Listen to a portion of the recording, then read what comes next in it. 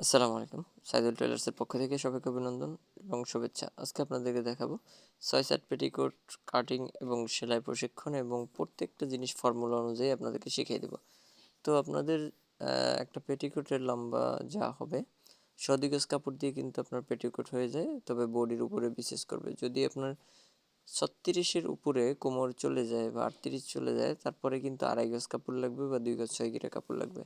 তো আজকে আপনারা সবসময় মনে রাখবেন কোমরের অনুযায়ী আপনার কোমরের মাপটা নিতে হবে। সেটা হলো ৮ ভাগের ১ ভাগ ধরে কাটিং করতে হবে। ৬/৭ হয় কিন্তু কাটিং করতে হবে ৮ ভাগ করে, কারণ একটা পার্ট আনাম থাকে। তো আপনি দুইটা যে পায়ের পার্ট থাকে ওইটা বাইর পিষে দিয়ে বুকের পাশে আপনার আনাম রাখবেন, রাইখা ভাঁজ দিয়ে ৮ ভাগের ১ ভাগ কোমরের মাপ দিয়ে দুই মাথা থেকে কোমর নিয়ে অ্যারো করে কাটিং করে ফেলবেন।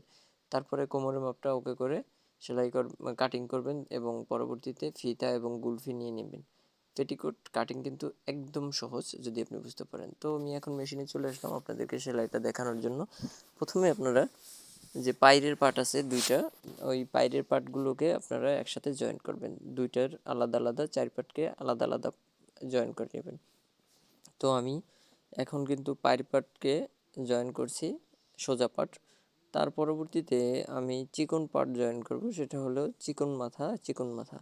এই যে উল্টা পাশে রেখে ভাও পাশ ভিতরে রেখে আপনি এইভাবে এই যে এখন কিন্তু ৩ পার্ট জয়েন্ট হয়ে গেছে। এভাবে ৩ পার্ট আলাদা করে ফেলবেন। তো এইভাবে করলে কিন্তু সহজ হয়।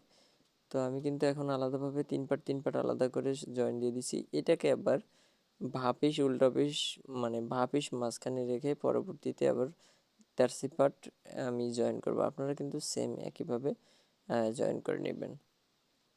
তো এইভাবে জয়েন করলে কিন্তু সুন্দর হয়। এই যে এখন কিন্তু দেখবেন দুটোটারই কিন্তু জয়েন পার্ট উপরে রাখবেন, না হয় উল্টাপাল্টা হতে পারে।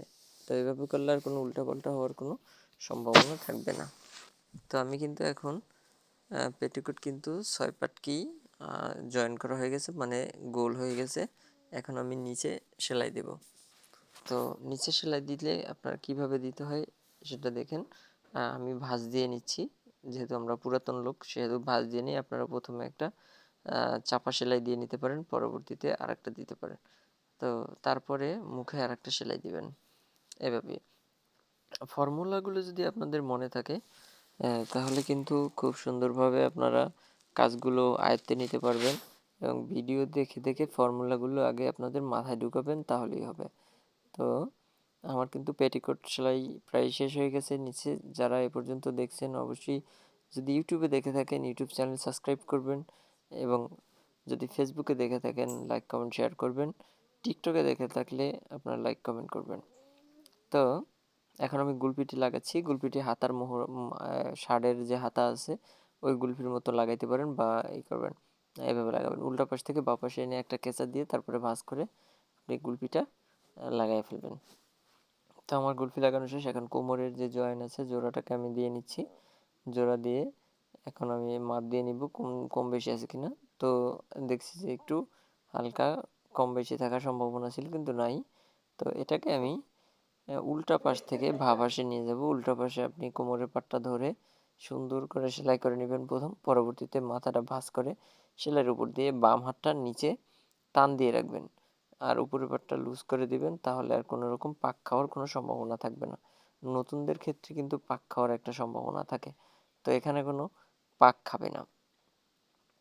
এই যে আমার কিন্তু এখন প্রথম সেলাই, তার পরবর্তীতে ১ ফিট রেখে আরেকটা সেলাই দিয়ে দিবেন। এখন পর্যন্ত যারা আমার ইউটিউব চ্যানেল সাবস্ক্রাইব করেননি সবাই অবশ্যই ইউটিউব চ্যানেল সাবস্ক্রাইব করবেন। প্রয়োজনে পরবর্তীতে কোন ধরনের ভিডিও চান আমাদেরকে কমেন্ট করবেন। আমরা কিন্তু প্রশিক্ষণ ভিডিওগুলো করে থাকি। তো প্রশিক্ষণ ভিডিও করে থাকি, আবার আপনারা প্রয়োজনে অর্ডারও করতে পারেন। যাই হোক, আমরা প্রশিক্ষণের উপরেই বেশি খেয়াল করছি। তো ধন্যবাদ। আল্লাহ হাফিজ। আসসালামু আলাইকুম।